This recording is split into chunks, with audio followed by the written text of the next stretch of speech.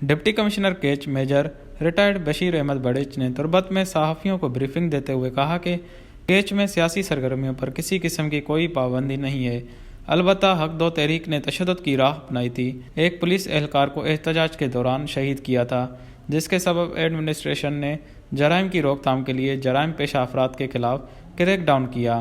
उन्होंने कहा कि हक दो तहरीक की सरगर्मियाँ कानून के बरखिलाफ थीं और वो लोगों में इश्तिआल फैलाने का सबब बने जिन्होंने गवादर में सरकारी अमलाक और आवाम को नुकसान पहुंचाकर केच में पनाह लिए हुए थे, जिनके खिलाफ कानून एक्शन में आई और उन्हें पाबंद सलासल होना पड़ा। उन्होंने कहा कि हमारे ज़िले केच में आटे का कोई बहरान नहीं है, अलबत्ता इम्पोर्ट के सबब महंगाई में मामूली इजाफा हुआ है जो जल्द काबू में आएगा। उन्होंने कहा कि इंसर्जेंसी के वाक़यात बढ़ चुके हैं, मगर हमारे इदारे मुसलसल इनकी रोकथाम के लिए ग्राउंड में बरसर पेकार हैं।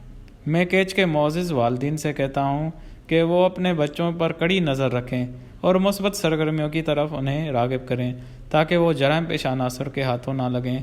अमन व अमान के सवाल पर उनका कहना था कि अमन व अमान के क़याम के लिए हम बतौर ज़िम्मेदार हर मुमकिन कोशिश कर रहे हैं। उन्होंने केच में गंदम के बीजों की तकसीम में खुर्द बुर्द और बेशतर ज़मींदारों को बीज न मिलने की शिकायत से मुतल्लिक सवाल के जवाब में कहा कि 8000 बोरी गंदम के बीज लाए गए थे, लेकिन हमारी ज़रूरत ज़्यादा थी क्योंकि 100% किसानों को हम बीज मुहैया ना कर सके। हमें इस बात का अदारों है कि किसानों की 100% दाद रसी नहीं हुई, लेकिन जितने बीज तकसीम हुए वो यहाँ के ज़रूरतमंद किसानों में तकसीम हो चुका है और अभी भी 2000 बोरी पड़े हुए हैं जिनको जल्द तकसीम किया जाएगा।